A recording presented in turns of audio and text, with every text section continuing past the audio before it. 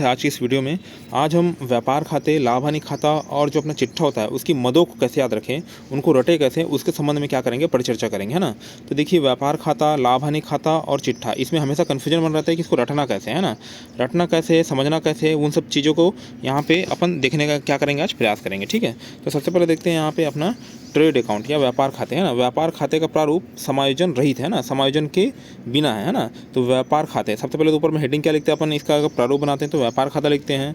उसके बाद देखिए यहाँ पे जो भी डेट क्वेश्चन में दिया है वो डेट हो जाएगा को समाप्त होने वाले वर्ष के लिए ना, को समाप्त होने वाले वर्ष के लिए स्टेप लिखते हैं। एक तरफ अपना क्या हो जाएगा, डेबिट नामे या विकलन, और दूसरी तरफ क्या हो जाएगा अपने यहाँ पे क्रेडिट जमा या समाकलन। ठीक है, ये अपने समझ में आ गया ना। अब देखिए, इसमें 4 कॉलम बनते हैं। पहला तो एक डेबिट का विवरण, राशि, फिर उसके बाद क्रेडिट का विवरण और राशि, ये स्टेप्स हो गया, है ना। अब पकड़ना कैसे इसको ना, तो व्यापार खाते में सबसे पहले आपको आँख मूंद के जो लिखना है, प्रारंभिक स्कंध है ना, प्रारंभिक रहती है इसमें आता है ना, प्रारंभिक स्कंध आता है। दूसरा अपना होता है क्रय, और उसका उसके बाद क्या हो जाएगा अपना क्रय वापसी, है ना। तो प्रारंभिक स्कंध हो गया, ये तो हमेशा कन्फर्म में रहेगा ही रहेगा, है ना। अगर क्वेश्चन दिया तो इसमें रहेगा ही रहेगा, कन्फर्म है ना। उसके बाद क्या हो जाएगा, क्रय, क्रय मानस क्रय वापसी, ये बहुत इंपॉर्टेंट है, ये मैंडेटरी, ये रहेगा ही रहेगा। वैसे ही अगर यहाँ पे क्रेडिट जमा पक्ष में आप देखें अपन, तो इसमें क्या हो जाएगा, विक्रय हो जाएगा। तो विक्रय में से विक्रय वापसी का आप माइनस करोगे, और जैसे इसमें प्रारंभिक स्कंध है वैसे इसमें क्या रहेगा, यहाँ पे मतलब प्रारंभिक रहते इसमें है, तो प्रारंभिक रहते कहाँ जा खत्म होगा, अंतिम रहते यहाँ जा खत्म होगा, ऐसा करके याद रखो इसको ना। तो प्रारंभिक रहते यहाँ से स्टार्ट करना है, उसको कहाँ ले जा खत्म करना अपने, यहाँ पे अंतिम रहती है, मतलब अंतिम रहती है किस में आता है, अपना व्यापार खाते में आता है, और वो भी किस में, क्रेडिट पक्ष में। और प्रारंभिक रहता है किस में आएगा, है ना, विकलन या डेबिट पक्ष में आएगा। तो ये हो गया भाई अपना, है ना। उसका देखिए यहाँ पे प्रत्यक्ष व्यय, है ना, प्रत्यक्ष व्यय यहाँ पे डेबिट पक्ष में आता है, किसमें, व्यापार खाते में। तो प्रत्यक्ष व्यय होता क्या है ना, मान लीजिए इसको एक एग्जांपल समझते हैं। आपका बहुत बड़ा कपड़े का क्या है, मार्केट है, सूरत में आपकी फैक्ट्री कपड़े की। तो आप क्या करोगे, यहाँ पे जो बहुत सारे खेत हैं वहाँ से आप क्या लोगे, कच्चा कपास लाओगे, है ना। कच्चा कपास लाओगे, कच्चा कपास कहाँ डालोगे आप, यहाँ पे कारखाने में डालोगे, है ना। कारखाने में क्या करोगे, डालोगे, और तैयार माल यहाँ से क्या करोगे, कपड़ा आप तैयार करोगे, कपड़ा तैयार करके क्या करोगे, है ना, सप्लाई के लिए भेज दोगे, है ना। तो व्यापार देखिए, ये जो आपका कारखाना है, तो कारखाने में आप क्या बना रहे हो, कपड़ा बना रहे हो। तो कपड़ा को तैयार करने में, है ना, जो कपड़ा को तैयार करने में, कच्चा माल से तैयार माल तक जाने में जो भी खर्चे होंगे यहाँ पे, वो क्या कहलाएंगे, यहाँ पे प्रत्यक्ष व्यय, है ना। जो भी व्यय होगा वो क्या कहलाएगा, प्रत्यक्ष व्यय कहलाएगा। ये अपना क्या हो गया, कपड़ा, एक सूट बना दिया आपने, है ना। तो देखिए, सबसे पहले क्या कर लगेगा आपको, यहाँ पे खेत में आप क्या कर, कपास लाए, कपास ला रहे हैं, ये अपना क्या हो गया, खेत हो गया, है ना। और ये आपकी क्या होगी, फैक्ट्री है, ये आपकी क्या होगी, फैक्ट्री है ना। तो देखिए, मजदूरी, सबसे पहले तो आपको यहाँ पे कच्चा माल जो है उसको लाने के लिए या तैयार करने या फैक्ट्री कारखाना मजदूरी की आवश्यकता पड़ेगी, मजदूरों की आवश्यकता पड़ेगी। तो आपको सबसे पहले मजदूरी लगेगी, ये क्या कहलाएगा, आपका प्रत्यक्ष व्यय कहलाएगा। उसके बाद उत्पादन कर, यहाँ पे जो भी आप उत्पादन कर रहे हो कारखाने में, है ना, जो भी आपका कारखाना है उसमें उत्पादन कर रहे हो, तो आपको उत्पादन में क्या लगेगा, टैक्स लगेगा। फिर कारखाने का व्यय अलग से लगेगा, ठीक है, आपका कारखाना है तो इसका व्यय भी आपको क्या लगेगा, अलग से लगेगा, है ना। उसका देखिए यहाँ पे आवक गाड़ी भाड़ा, देखिए आवक गाड़ी भाड़ा मतलब यहाँ पे आप फर्म से, खेत से क्या ला रहे हो, कपास ला रहे हो, तो ये आवक गाड़ी भाड़ा इसमें कहाँ जाएगा, आवक गाड़ी भाड़ा इसमें हो जाएगा, है ना, कि आप वहाँ से क्या ला रहे हो, कपास ला रहे हो, तो ये क्या कहलाएगा, आवक गाड़ी भाड़ा। किंतु बाह्य गाड़ी भाड़ा किस में आ जाएगा भाई, यहाँ पे प्रॉफिट लॉस अकाउंट में आएगा ना, क्योंकि प्रत्यक्ष व्यय को जहाँ हम व्यापार खाते में लेते हैं, वैसे ही यहाँ पे अप्रत्यक्ष व्यय किस में लेते हैं, यहाँ पे प्रॉफिट एंड लॉस अकाउंट में लेते हैं, मतलब लाभ हानि खाते में उसको लेते हैं। तो यहाँ पे देखिए, आवक गाड़ी भाड़ा मतलब ये आ रही है गाड़ी यहाँ पे ना, फिर यहाँ से क्या हो रही है, माल तैयार हो गया, तो फिर यहाँ से निकल रही गाड़ी, तो ये फिर उसमें दूसरा मैटर हो जाएगा, मतलब प्रॉफिट लॉस अकाउंट का मैटर हो जाएगा, मतलब गाड़ी यहाँ से जा रही है। तो बाहर गाड़ी भाड़ा किस में आ जाएगा, प्रॉफिट लॉस अकाउंट में होता आता है, किंतु आवक गाड़ी भाड़ा किस में आएगा, व्यापार खाते में आएगा। चलो भाई, ये भी रट के हो गया अपने को, है ना। अब देखिए, क्रय पर भाड़ा, अब क्रय कर रहे हो तो यहाँ पे रुई क्या कर रहे हो, आप क्रय करो तो क्रय पर भाड़ा, रुई क्रय करने पर भाड़ा, ठीक है। अब यहाँ कारखाना चला रहे हो भाई, यहाँ पे कपड़ा बनाओगे, रुई को साफ करोगे, तो उसके लिए आपको कोयला, गैस, ईंधन शक्ति लगेगी, या फिर जो भी आपका कारखाना है, तो कारखाना ऐसे तो चलेगा नहीं इलेक्ट्रिसिटी से, तो उसके लिए कुछ ना कुछ कोयला, गैस या फिर ईंधन आपको लगेगा। तो वो सब चीज़ें क्या हो जाएगी, है ना, ये किस में हो जाएगी, यहाँ पे अपना कारखाने संबंधित हो जाएगी। अधिकार शुल्क मतलब अथॉरिटी, है ना, अथॉरिटी जो फीस है वो भी आपको लगेगी। यहाँ पे जो कारखाना आप चला रहे हो उसके लिए क्या लगेगी, आपको अथॉरिटी फीस लगेगी, है ना। उसके भाड़ा क्या लगेगा, आप खेत से माल, कच्चा माल को फैक्ट्री तक लाने या फैक्ट्री से तैयार माल को कहाँ पहुँचाने, यहाँ पे दुकान तक पहुँचाने में जो भाड़ा लगता है उसकी बात कर रही है ना। निर्माण व्यय मतलब यहाँ पे कुछ अब मैन्युफैक्चर कर, मतलब कपड़ा बना रहे हो तो कपड़ा के लिए आपको निर्माण व्यय भी लगेगा, है ना। निर्माण के जो खर्चे लगेंगे वो सभी शामिल हो जाएंगे। रेल भाड़ा, मान लीजिए आप यहाँ पे सामान तैयार कर लिए हो और बहुत सारा प्रोडक्शन हो गया और सूरत से आपको छत्तीसगढ़ भेजना है ना, सूरत से आपको कहाँ भेजना है, यहाँ पे छत्तीसगढ़ भेजना है, छत्तीसगढ़ भेजना है, तो उसके लिए आपको क्या ट्रेन रूट का यूज़ करना पड़ेगा। तो ट्रेन रूट या फिर जो अपना ट्रक वगैरह हो जाएगा उसका भाड़ा हो जाएगा ना, तो रेल भाड़ा हो जाएगा भाई यहाँ पे, है ना। चुंगी, है ना, चुंगी को आय टैक्स भी बोलते हैं। आय टैक्स मतलब यहाँ पे आयात कर, आयात कर, आय टैक्स मतलब यहाँ पे ऐसा करके हो रहा है ना, तो दोनों से याद रखना, जो भी आ से शब्द जो भी आया उसको सीधा यहाँ पे कहाँ अपने को व्यापार खाते के डेबिट पक्ष में डाल देना है, चुंगी या आय टैक्स या आयात कर जो भी बोले, ठीक है। उसके यहाँ पे कारखाने, अब कारखाने यहाँ पे है तो कारखाने में 4 व्हीलर का वेतन में अपना क्या आ जाएगा, व्यापार खाते में ही आएगा, है ना। अब यहाँ पे आपको बहुत सारे ठेले की जरूरत पड़ेगी, है ना, सामान को इधर से उधर ले जाने के लिए किसकी जरूरत पड़ेगी, ठेले, तो ठेला भाड़ा भी आ जाएगा, है ना। अब आप जो भी यहाँ पे माल क्रय किए हो, यहाँ पे रुई का आपने क्रय किया तो रुई खराब मत हो भाई, तो उसके लिए आप क्या कराओगे, बीमा कराओगे, है ना। तो बीमा कराओगे तो क्या हो जाएगा अपने आप पे, है ना, क्रय माल का बीमा। तो रुई का आपने बीमा करा लिया तो वो क्या कहलाएगा, क्रय माल का बीमा, है ना। उसके बाद कारखाने, अब कारखाने आपने रेंट में लिया, ये जो आपका कारखाना है इसको आपने रेंट में लिया, तो कारखाने का किराया भी आप क्या हो जाएगा आपका, है ना, इसमें व्यापार खाते के डेबिट पक्ष में आएगा। और लास्ट में देखिए यहाँ पे इसका, अब देखिए लास्ट में क्या हो जाएगा ना, थोड़ा सा छोटा करता हूँ समझ में आएगा आपको, छोटा कर रहा हूँ समझ में आएगा। देखिए अब यहाँ पे सकल लाभ और ये सकल हानि क्या होता है, इसको लास्ट में अपन देखते हैं। सकल लाभ और सकल हानि क्या हो जाएगा, अब ये देखिए सकल लाभ, है ना, सकल लाभ में क्या हो जाएगा आपका, जैसे आपने इधर टोटल किया, है ना, इस साइड में आपने क्या किया, टोटल किया, इस साइड में आपने टोटल किया क्रेडिट साइड में, तो टोटल जो आया है अपना वो मान लीजिए यहाँ पे इसके इस साइड के वाले टोटल से क्या आ रहा है, यहाँ पे ज़्यादा आ रहा है ना, ये मतलब ज़्यादा आ रहा है, तो आपको जो मतलब अंतर की राशि है उसको सकल लाभ के रूप में इधर लिखना पड़ेगा, किसमें, आपके व्यापार खाते के डेबिट साइड में, है ना, व्यापार खाते के डेबिट साइड में इसको लिखना पड़ेगा ना। तो यदि आपका ये तभी हो रहा है जब आपका सेल्स क्या हो रहा है, कॉस्ट से ज़्यादा है, मतलब आपकी बिक्री क्या है, आपके जो बनाने के खर्चे से ज़्यादा हो रही है, तो आपको लाभ हो रहा है, तो सकल लाभ, है ना। सकल लाभ आपको इधर लिखेंगे, और अगर इधर मतलब यहाँ पे अंतर ज़्यादा आ रहा है ना, अगर इधर की राशि क्या आ रही है आपकी ज़्यादा आ रही है, इधर की राशि ज़्यादा आ रही है, तो आपको कहाँ लिखना पड़ेगा, वो इधर की राशि अगर ज़्यादा आ रही है विकलन पक्ष की, तो वो किधर जाएगा, सकल हानि के रूप में यहाँ आ जाएगा, सकल हानि के रूप में आ जाएगा। तो सकल हानि मतलब क्या आ जाएगा यहाँ पे, कॉस्ट माइनस सेल्स, मतलब आपका जब खर्चा बनाने खर्चा यहाँ पे बिक्री से ज़्यादा हो गया तो आपको हानि होगी, तो हानि को इस साइड में डालना है ना, मतलब अंतर की राशि इधर आ रही तो इधर लिखते हैं, तो इधर लिख रहे हैं सकल हानि के फॉर्म में लिखेंगे, और अगर इधर अंतर की राशि लिख रहे हैं बराबर करने के लिए तो उसको सकल लाभ को इधर डालेंगे, है ना। सकल लाभ को किधर डालेंगे, अपना डेबिट साइड में, और सकल हानि किधर रहती है, अपनी क्रेडिट साइड में। तो ये अपना क्या हो गया, रट के हो गया, है ना। तो ये हो अपनी पहली बात हो गई, है ना, 304 में फिक्स कर दिया मैंने, है ना। अब एक टिप है यहाँ पे, अंतिम रहतिया व्यापार खाता और चिट्ठा में संपत्ति पक्ष में लिखते हैं, तो अंतिम रहतिया व्यापार खाते में लिखते हैं यहाँ पे, है ना, किस में, मतलब क्रेडिट साइड में, और चिट्ठे किस में लिखेंगे, यहाँ पे संपत्ति पक्ष में लिखेंगे, है ना। ये हो गया भाई। उसका देखिए यहाँ पे लाभ हानि खाता, अब अपने यहाँ पे डेबिट साइड में हमने क्या निकला था, सकल लाभ लिखना था, यहाँ पे सकल प्रॉफिट निकला था, और यहाँ पे क्या निकलता था, सकल हानि निकली थी, है ना, सकल हानि निकली थी। तो हानि को किधर डालोगे, इधर डालोगे, है ना, मतलब लाभ हानि खाते के डेबिट साइड में हानि आएगी, और जो सकल लाभ लिखना था ये कहाँ आएगा अपना, लाभ हानि खाते के इसमें क्रेडिट साइड में, ठीक है भाई। यहाँ पे तो सकल हानि और सकल हानि और सकल लाभ अपना समझ में आ गया कि ये अपन ने व्यापार खाते से स्थानांतरित किए हैं, है ना। तो सबसे पहला व्यापार खाता बनता है, उसका लाभ हानि खाता बनता है, उसका लास्ट में अपना क्या बनेगा, चिट्ठा बनेगा, है ना। तो ये सकल हानि और सकल लाभ अपना हो गया, ठीक है, यहाँ तक समझ में आ गया अपने को।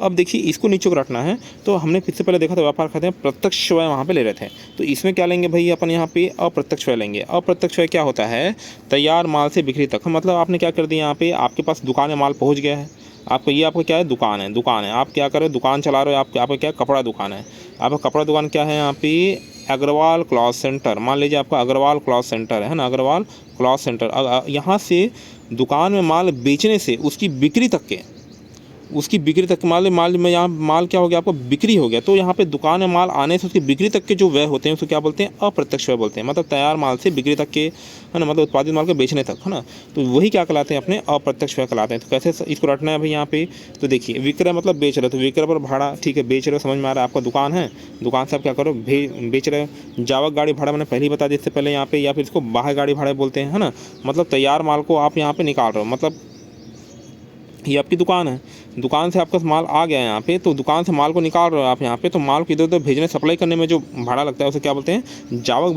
गाड़ी भाड़ा या फिर बाह्य गाड़ी भाड़ा, है ना। उसका विज्ञापन हुआ है, आपको माल बेचना है कि हमारे यहाँ ये कुर्ती आई है, ये टी शर्ट आया है अपना, तो उसको लो, तो आप उसका विज्ञापन करोगे, है ना, उसका छपाई रंगाई, है ना, छपाई रंगाई भी कराओगे आप। झोला छपवा दिया दुकान का अपना, तो झोला में आपका नाम रहता है ना भाई यहाँ पे, फर्म का, तो वो छपाई रंगाई भी इसी में आ जाएगा, है ना। मतलब लाभ हानि खाते के डेबिट साइड में आ जाएगा।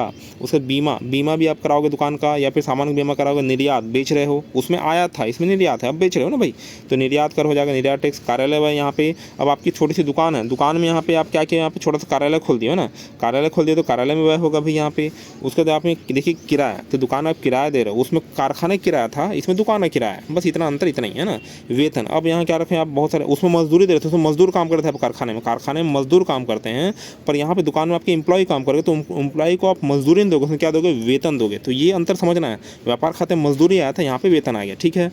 स्टेशनरी व्यय, ठीक है, यहाँ पे दुकान में बहुत सारे स्टेशनरी के व्यय लग रहे हैं, ठीक है। टेलीफोन चला रहे हो आप दुकान में, चलो ठीक है, ये भी समझ में आ गया। साधारण व्यय भी आ गया यहाँ पे, मतलब इन जनरल टैक्सेस, मतलब सामान्य व्यय या साधारण व्यय दोनों एक ही होता है ना। उसके बाद विविध व्यय, बहुत सारे व्यय लग रहे हैं जो भी अलग दूसरे व्यय हैं, वो सब इसमें आ जाएंगे। व्यापारिक व्यय हैं, तो आप व्यापारी हैं भाई, यहाँ पे दुकान में व्यापार चला रहे हैं आप, तो व्यापारिक व्यय भी लगेगा आपको। मरम्मत व्यय, अब दुकान में बहुत सारे मगर मूल्यह्रास वगैरह होते हैं तो उसके लिए मरम्मत भी लगेगा आपको, तो मरम्मत व्यय भी इसमें आ जाएगा। अशुद्ध ऋण या डूबत ऋण भी इसमें आ जाएगा, किसमें, लाभ हानि खाते के डेबिट साइड में। उसके बाद मूल्यह्रास है ना, अब यहाँ पे सामान रखे आप, मान लीजिए आप कुर्ती थी, कुर्ती में क्या हो गया, यहाँ पे कुछ चूहे ने कतर दिया या फिर उसमें क्या हो गया, कलर उसका फेड हो गया, तो उसको वो रेट में नहीं बिकेगी जिस रेट में बिकना चाहिए उसको, है ना, तो वो रेट में नहीं बिकेगी, तो इसको क्या करना पड़ेगा आपको, उसमें कुछ आपको छूट वगैरह देनी पड़ेगी, तो वो सब चीज़ इसमें आएगा, है ना। मूल्यह्रास हो गया। पूंजी पर ब्याज हो गया, पूंजी पर ब्याज, ऋण पर ब्याज, है ना, पूंजी पर ब्याज, ऋण पर ब्याज, ये भी इसी में ही आएगा, किसमें, लाभ हानि खाते के डेबिट साइड में। उसके बाद क्या हो जाएगा, कमीशन, इसमें आपको क्या मिलेगा, कमीशन ही मिलेगा, तो कमीशन भी किसमें आ जाएगा, लाभ हानि खाते के डेबिट साइड में, है। तो पूंजी पर ब्याज, ऋण पर ब्याज, पूंजी पर ब्याज, ऋण पर ब्याज, ऐसे थोड़ा सा इसको याद करो। उसके बाद क्या हो जाएगा, कमीशन, कमीशन भी यहाँ पर क्या हो जाएगा, है ना, लाभ हानि खाते के डेबिट साइड में। अब क्रेडिट साइड में क्या आएगा भाई, क्या आएगा भाई फिर यहाँ पे, अब देखिए क्रेडिट साइड में अपने को तलपट से कुछ चुराना पड़ेगा। तलपट ट्रायल बैलेंस अपन जो पढ़ते हैं उसमें प्राप्त बट्टा, प्राप्त कमीशन, प्राप्त किराया, ये अपने पढ़ा था, है ना। बट्टे ने कमीशन नहीं दिया तो कम से कम किराना तो दे भाई, है ना, मतलब किराया तो दे भाई, है ना। अगर बट्टे ने, इसको ऐसे मैं ट्रिक बनाया हूँ, बट्टे ने कमीशन नहीं दिया, कम से कम किराया तो दे भाई, ऐसे करके ना। तो इसको इस वे में क्या करना है, यहाँ पे याद रखना है, तो आपको लंबे समय तक याद रहेगा। तो तलपट से आप इसको क्या करते हो, कॉपी कर सकते हो। तलपट में क्या रहता है, यहाँ पे डेबिट साइड में, सॉरी क्रेडिट साइड में रहता है, तो इसमें भी क्या रहा है, क्रेडिट साइड में ही रहेगा ना। सकल लाभ तो मैंने पहले बता दिया था। विनियोग पर ब्याज, है ना, इन्वेस्टमेंट पर क्या कर मिला आपको, ब्याज मिल रहा है। आहरण पर ब्याज, ये इसमें आएगा ना, जबकि इसमें क्या था अपना, यहाँ पे पूंजी पर ब्याज, ऋण पर ब्याज, इसमें पूंजी और ऋण पर ब्याज था, है ना। वैसे ही इसमें क्या हो जाएगा अपना, यहाँ पे विनियोग पर ब्याज और आहरण पर ब्याज, इसको याद रखना है, ठीक है। प्राप्त किराया, प्राप्त कमीशन, प्राप्त बट्टा, ठीक है। डूबत ऋण की प्राप्ति, यहाँ पे जो ऋण डूब गया था यहाँ पे उसमें आपकी प्राप्ति हुई, तो वो आपको क्या कहलाएगा, डूबत ऋण की प्राप्ति। और प्राप्त लाभांश, ये सब भी इसमें क्या आ जाएंगे, लाभ हानि खाते के क्रेडिट साइड में आ जाएंगे, है ना। अब देखते हैं यहाँ पे, देखिए, है ना, अब आप सबको यहाँ पे जोड़ोगे, है ना। इसमें और कुछ प्रविष्टियाँ बच गई है, जैसे ये हो गया अपना ना, कहाँ हो गया ये, इसमें और ब्याज हो गया, यहाँ पे कानूनी व्यय हो रहा है, यहाँ पे आप कानून में जो व्यय कर रहे हैं यहाँ पे ना, और बैंक व्यय हो गया, यहाँ पे अंकेक्षण जो ऑडिट कर रहा है उसको व्यय कर रहे हैं, तो ये सब चीज़ इसमें क्या आ जाएगी, यहाँ पे ये अपनी डेबिट साइड में आ जाएगी, ये लाभ हानि खाते डेबिट साइड में आ जाएगी ना। अब देखिए यहाँ से अपने को, हम जानते हैं लाभ हानि खाने से अपने को शुद्ध लाभ या शुद्ध हानि मिलती है ना। तो अगर इधर अंतर की राशि अगर ज़्यादा आई, तो अगर यहाँ पे अंतर राशि का इस साइड लिख रहे हो तो वो क्या कहलाएगा आपका, शुद्ध लाभ। जो डेबिट साइड में आएगा हमेशा शुद्ध लाभ कहलाएगा, और क्रेडिट साइड में आएगा वो अपना क्या कहलाएगा, शुद्ध हानि कहलाएगी ना। तो शुद्ध लाभ रहेगा, इसको चिट्ठे में क्या करेंगे, स्थानांतरित कर देंगे, है ना। और जैसे यहाँ पे अपना शुद्ध क्या है, यहाँ पे हानि आई है, तो ये शुद्ध हानि को भी अपन क्या करेंगे, चिट्ठे में स्थानांतरित कर देंगे, है ना। अब तीसरा और अपना अंतिम बच जाता है अपना क्या, चिट्ठा। 304 में फिक्स करो इसको, ठीक है, ओके। मतलब अपने व्यापार खाता, लाभ हानि खाते की मदे अपने समझ में आ गई कहीं ना कहीं, है ना। अब उसका देखते हैं अपना चिट्ठा। तो चिट्ठे के मतलब जो मदे हैं उनको कैसे आपको रटना है यहाँ पे। तो चिट्ठा मैं ऐसा मानता हूँ कि ये तलपट क्या होता है, उल्टा होता है, लगभग तलपट का उल्टा ही होता है। जो तलपट में जो डेबिट साइड में जो प्रविष्टि होती है ना, तलपट में डेबिट साइड में प्रविष्टि है उसको संपत्ति पक्ष में लिखते हैं, और तलपट में क्रेडिट साइड में जो प्रविष्टि होती है उसको कहाँ लिखेंगे, दायित्व पक्ष में लेंगे। थोड़ा सा आप इससे कनेक्ट करके पढ़ सकते हो तो आपको जल्दी याद होगा। अब देखिए अपना तलपट में अपना क्रेडिट साइड में क्या रहता था, अपना बैंक अधिविकर्ष, है ना, बैंक अधिविकर्ष, तो इसमें क्या आ गया है, चिट्ठे के दायित्व साइड में आ गए, है ना। तो बैंक अधिविकर्ष हो गया यहाँ पे। उसका देखिए यहाँ पे विविध लेनदार, है ना, विविध लेनदार किस में आता था, तलपट के किस में आता था अपना, क्रेडिट साइड में रहता था, तो ये इसके किस में, दायित्व साइड में आ गया है। और विविध देनदार इधर आ गया है ना, इसको पढ़ते जाओ, देखते जाओ यहाँ से, है ना। उसका देय विपत्र कहाँ रहता था, तलपट के किस में रहता था, यहाँ पे क्रेडिट साइड में रहता था, पर अब वो कहाँ आ गया है ना, चिट्ठे के दायित्व साइड में, ठीक है। और उसके बाद देखिए प्राप्य विपत्र, प्राप्य विपत्र भी तलपट के डेबिट साइड में रहता था, इसमें संपत्ति साइड में आ गया है ना। उसका संचित निधि यहाँ पे संचय कोष, जो भी संचित या संचय कोष आ जाएगा ये अपना दायित्व में आ जाएगा, मतलब संचित निधि है ना, ये अपना दायित्व है कि देना है इसको। संचय कोष यहाँ पे ये भी दायित्व है। ऋण, आपने लोन लिया है, ऋण पत्र लिया है, बंधक पत्र लिया है, ये सब आपके दायित्व हैं, बाद में आपको देना पड़ेगा। अदत्त व्यय है ना, अदत्त व्यय मतलब क्या हो जाएगा है ना, तो अदत्त व्यय मतलब यहाँ पे जितने आपने आपका किसी ने काम कर दिया पर आपने उसको दिया नहीं है ना, तो दो भाई अब यहाँ पे, तो आपका दायित्व उसको देना पड़ेगा। आपको संबंधित बंदे ने काम करके दे दिया आपके, है ना, आपके कारखाने या कार्यालय के लिए संबंधित व्यक्ति ने कार्य करके दे दिया पर आपने पैसा का वहन नहीं किया, उसको नहीं दिया, तो अब दो भाई ये आपको दायित्व है, तो अदत्त व्यय कहलाएगा। वही पूर्वदत्त व्यय, पूर्वदत्त व्यय क्या कहलाएगा, आपने किसी को है ना मतलब पैसा दे दिया पर काम आपका सामने वाले ने नहीं किया है ना, काम आपका सामने वाले ने नहीं किया, तो आपको क्या करना पड़ेगा, संपत्ति को वापस लेनी पड़ेगी। मतलब आपने पैसा दे दिया था, आप काम नहीं किया, तो साल के अंत में क्या करोगे, संपत्ति को वापस लोगे यहाँ पे, तो आपकी क्या कहलाएगी, वो संपत्ति बन जाएगी, है ना। तो ये हो गया भाई।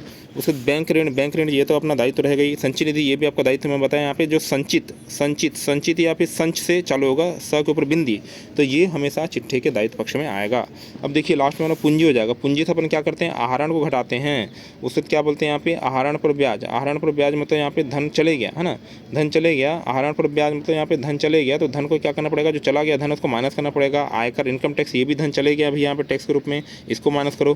पर पूंजी पर ब्याज है, पूंजी पर अपने को क्या मिला, अपने ब्याज मिला, तो ये अपना प्लस पॉइंट है भाई, यहाँ पे आया तो इसको जोड़ो। शुद्ध लाभ हुआ, ये भी प्लस है, तो इसको जोड़ो। शुद्ध हानि क्या कर दो, घटा दो, क्योंकि हानि यहाँ पे लॉस है ना। वही शुद्ध हानि है जो तलपट के सॉरी अपना लाभ हानि खाते किस सेट से है, यहाँ पे क्रेडिट सेट से है, तो उसको क्या करेंगे यहाँ पे माइनस करेंगे। और वैसे शुद्ध लाभ मिलता है तो क्या करते हैं यहाँ पे, अगर मतलब अपना लाभ हानि खाते के डेबिट साइड से आती है तो उसको क्या करते हैं अपने यहाँ पे जोड़ते। तो ये हो गया भाई यहाँ पे। अब अपन जानते हैं जब संपत्ति पक्ष में देंगे तो हस्तस्थ रोकड़, बैंक में रोकड़, ये सब अपने पढ़ा था, किसमें, अपना तलपट के डेबिट साइड में अपने में पढ़ा था। तो रोकड़ वाला जो चीज़ रहेगा ये संपत्ति पक्ष में आ जाएगा। हाथ में रोकड़ है, बैंक में रोकड़, अपना पैसा है भाई, अपनी संपत्ति है ना। इसको बैंक में रोकड़ को अधिकोष रोकड़ बोलते हैं। ऐसे बोले कभी घुमाता है तो कंफ्यूज नहीं होना क्वेश्चन में। अधिकोष रोकड़ बोलेगा मतलब केस इन हैंड ही है ना। और प्राप्य पत्र मैंने बता दिया, देय पत्र इधर आ जाएगा। विनियोग, विनियोग मतलब ये भी अपना क्या हो जाएगा, है ना, संपत्ति पक्ष में ही आएगा। आपने कहीं पे विनियोग इन्वेस्टमेंट किया तो आपकी संपत्ति है। सरकारी प्रतिभूति ये भी संपत्ति है, अंतिम रहती है ना। मैं बताते हैं यहाँ पे अंतिम रहते को तो चिट्ठे में लिखेंगे संपत्ति पक्ष में, या व्यापार खाते में लिखेंगे, व्यापार खाते में क्रेडिट पक्ष में लिखेंगे। पूर्वदत्त व्यय मैंने बता दिया। उपार्जित आय, उपार्जित आय मतलब क्या जाएगा, और अनुपार्जित आय, या उपार्जित कमीशन या फिर अनुपार्जित कमीशन। तो ये देखिए उपार्जित आय और अनुपार्जित आय, ये मैंने वो कर रहा है। एक मिनट में थोड़ा सा इसको चेंज कर लेता हूँ तो आपको समझ में आएगा अच्छे से, है ना। ठीक है, ये मैंने चेंज कर लिया। अब देखिए उपार्जित है ना, उपार्जित आय, और ये क्या हो जाएगा अपने यहाँ पे, कलर चेंज करना पड़ेगा मेरे को यहाँ पे, और येलो कर लेता हूँ, ज़्यादा अच्छा रहेगा, है ना, तो समझ में आएगा। अब देखिए यहाँ पे उपार्जित है ना, ये अपना उपार्जित आय हो गया, और ये अपना क्या हो जाएगा, अनुपार्जित आय है ना, अनुपार्जित आय हो गया। तो देखिए उपार्जित आय या कमीशन, तो उपार्जित आय या कमीशन क्या हो जाएगा, इधर आएगा। उपार्जित मतलब क्या हो जाएगा, काम हो गया किंतु पैसा नहीं मिला, तो पैसा लो भाई, यहाँ पे काम हो गया है पैसा नहीं मिला, मतलब सामने वाले ने आपको सामने वाले काम करने का आपने पैसा दे दिया है ना, पर पैसा नहीं मिला, तो इसे क्या करते हैं अपन यहाँ पे उपार्जित आय को इस साइड में लेंगे, है ना। जबकि अनुपार्जित आय को किधर लेंगे, यहाँ पे दायित्व साइड में लेंगे। अनुपार्जित मतलब यहाँ पे दायित्व है कि संबंधित क्या करें, यहाँ पे संबंधित को आप पैसा दो, क्योंकि काम हो गया उसमें यहाँ पे और आपने पैसा नहीं दिया है ना। समझ में आ रही बात है यहाँ पे। तो अनुपार्जित आय इधर आ जाएगा, मतलब यहाँ पे नया पारा, अनुसुईया, ऐसे करके मैंने याद किया था।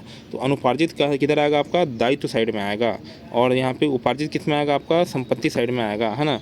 अब देखिए यहाँ पे एकस्व व्यापार और ख्याति, एकस्व व्यापार और ख्याति ये आपको कहाँ आ जाएगा भाई, यहाँ पे एकस्व व्यापार और ख्याति आपका आ जाएगा, सॉरी, तो एकस्व व्यापार और ख्याति है ना, ये अपना कहाँ आ जाएगा, अपना संपत्ति साइड में आ जाएगा ना। एकस्व व्यापार ख्याति ये सब संपत्ति साइड में आ जाएगा। ये भी तलपट से आपने कॉपी किया है।